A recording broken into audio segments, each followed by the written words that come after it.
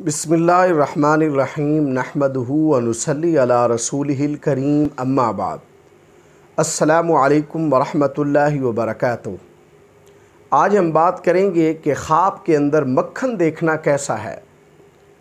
अल्लामा इब्न सिरीन रहमतुल्लाह अलैह ने ख्वाब में मक्खन देखने या खाने की तकरीबन 9 मुख्तलिफ़ सूरतें बयान की हैं।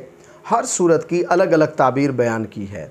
मसलन ख्वाब में मक्खन देखना, मक्खन खाना, ख्वाब में किसी से मक्खन लेना, ख्वाब में बकरी या गाय का मक्खन खाना, ख्वाब में किसी हराम जानवर के दूध का मक्खन खाना, ख्वाब में मक्खन वाली लस्सी पीना वगैरह।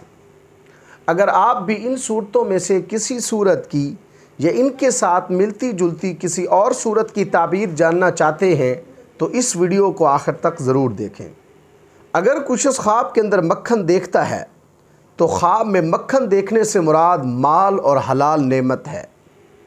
अगर कुछ उस ख्वाब के अंदर मक्खन लेता है या उस शख्स को ख्वाब में किसी से मक्खन मिलता है तो उसकी ताबीर यह है कि इस ख्वाब देखने वाले को जिस कदर मक्खन मिलेगा या ये शख्स जिस कदर मक्खन लेगा उस कदर ये ख्वाब देखने वाला शख्स माले हलाल पाएगा।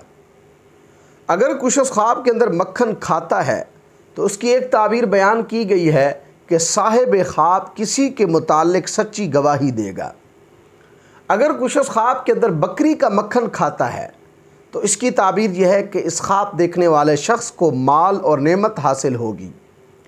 अगर कुछ उस ख्वाब के अंदर गाय के दूध का मक्खन खाता है तो इसकी ताबीर यह है कि इस ख्वाब देखने वाले के लिए वो साल मुबारक होगा, ये ख्वाब देखने वाला शख्स खैर और बरकत पाएगा। अगर कुछ उस ख्वाब के अंदर किसी हलाल जानवर का मक्खन खाता है तो ये ख्वाब माले हलाल मिलने की दलील है। और अगर कुछ उस ख्वाब के अंदर किसी हराम जानवर का मक्खन खाता है तो ये ख्वाब उस ख्वाब देखने वाले को माले हराम मिलने की दलील है। अगर कुछ उस ख्वाब के अंदर मक्खन वाली लस्सी पीता है तो इसकी ताबीर यह है कि ये ख्वाब देखने वाला शख्स नेमतें पाएगा मगर तकलीफ़ उठाएगा, लेकिन बाद में इस शख्स को राहत नसीब होगी। अगर कोई शादीशुदा खातून ख्वाब के अंदर मक्खन देखती है तो ये ख्वाब उस शादीशुदा खातून के पेट में बच्चा होने से ताबीर है। इसी तरह अगर कुछ उस ख्वाब के अंदर मक्खन खाता है तो इसकी एक और ताबीर ये भी बयान की गई है कि साहिब ख्वाब को मकामात मुक़द्दसा की ज़ियारत होगी। अल्लाह तबारक व तआला से दुआ है कि हमारे लिए हमारे ख्वाबों को बाइस रहमत और बरकत बनाएं।